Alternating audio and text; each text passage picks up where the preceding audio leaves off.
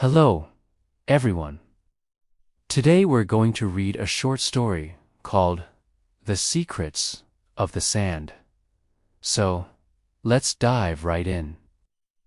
The sun had barely risen when Daniel parked his dusty Jeep at the edge of the vast desert. He stepped out, boots sinking slightly into the golden dunes, and let out a slow breath.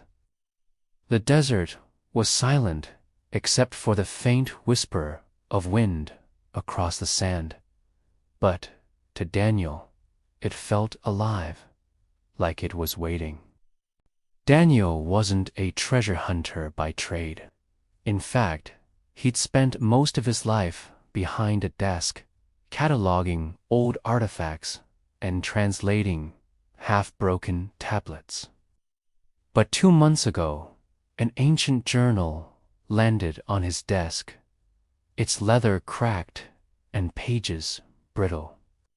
Inside, in a neat, slanted hand, it spoke of a hidden oasis buried beneath the sands, guarded by stone statues and marked by the sun's shadow at dawn.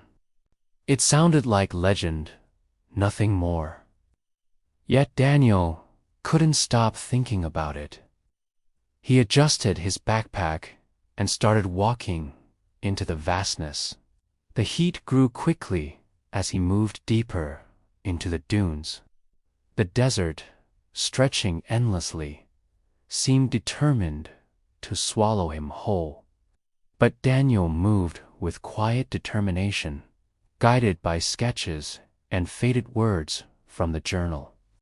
Hours later, sweat soaking through his shirt, he paused atop a tall dune. There, below him, lay something that made his breath catch. A circle of stone statues, half buried and worn smooth by centuries of wind. They were carved in the shapes of animals, jackals, hawks, and lions, each facing inward, as if guarding something hidden at the center. Daniel scrambled down the dune, heart pounding. At the center of the statues, the sand looked ... different. It was smoother, sunken slightly, as if something lay buried beneath. He set down his pack and pulled out a small spade, digging carefully. The sun burned overhead, sweat dripping from his forehead into the sand, but he kept digging. After nearly an hour, the tip of his spade struck stone. Daniel brushed away the sand to reveal a flat, circular stone slab, etched with faded symbols that matched those in the journal. He traced the markings with his fingers, whispering the words to himself. They spoke of the gift of water, hidden until dawn's embrace. But it was midday, and the blazing sun offered no secrets. Frustrated, but not ready to give up, Daniel decided to wait. As the sun sank lower, the desert changed color, from blazing gold to deep red, then purple, and finally a soft silver under the rising moon. Daniel lit a small campfire, ate some dried dates, and leaned against his pack, watching the stars come alive above. The night in the desert was cold and endless. Wind rattled the statues, and Daniel wondered if he'd chased a story born of sand and forgotten dreams. At dawn, as the first light brushed across the dunes, Daniel climbed the tallest nearby dune to watch. The statues cast long, sharp shadows across the sand.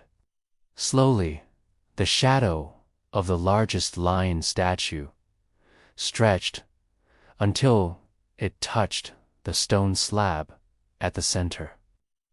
At the exact spot where the shadow's edge met the slab, something glinted. Daniel rushed down and found a small, circular indentation he hadn't noticed before, filled with sand.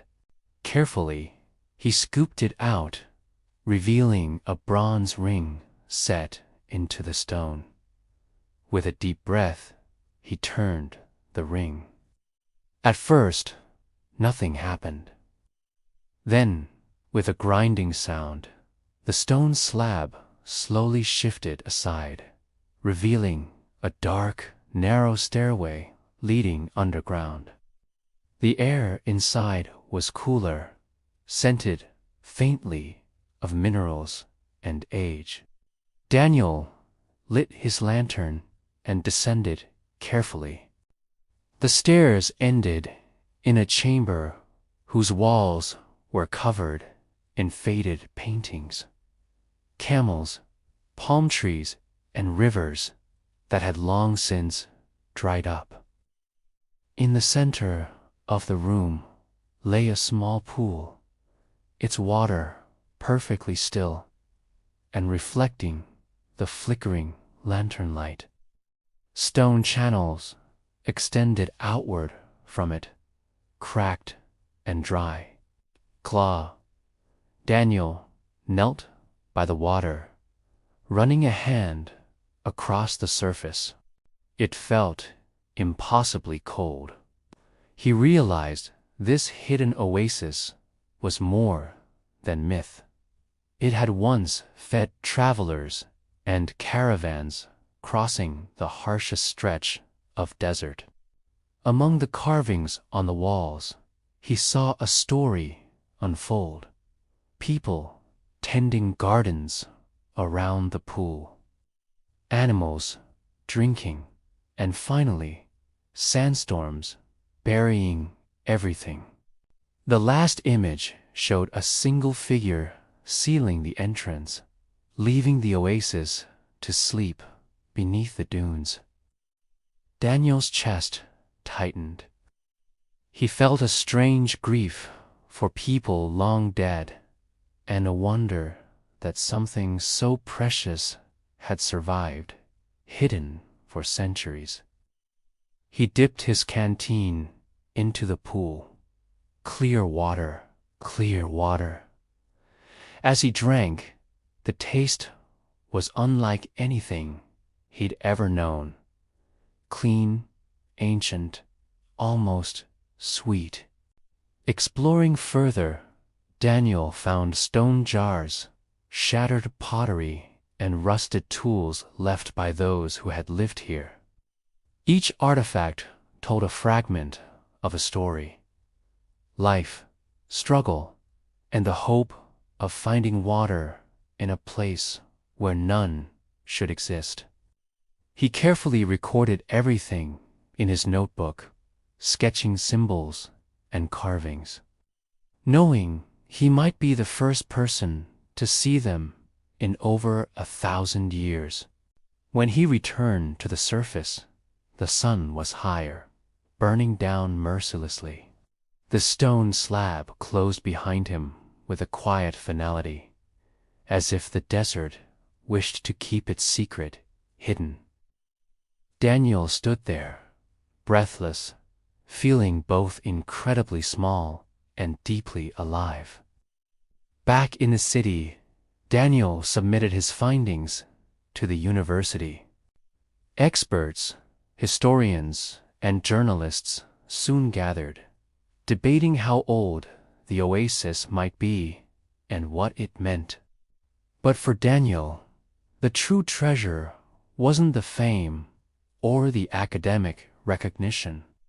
It was the memory of that hidden pool under stone and sand, of the first sip of water after centuries of silence, and of the thought that some stories, even whispered ones, are true if you dare to listen. Months later, standing at a lecture hall filled with students and scholars. Daniel finished his talk with words that stayed with him from the moment he first stepped into the desert.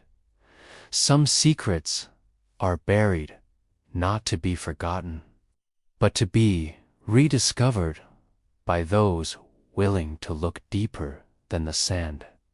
The applause rose, but Daniel's mind wandered back to the sunrise over the dunes, the ancient statues, and the quiet pool beneath the earth.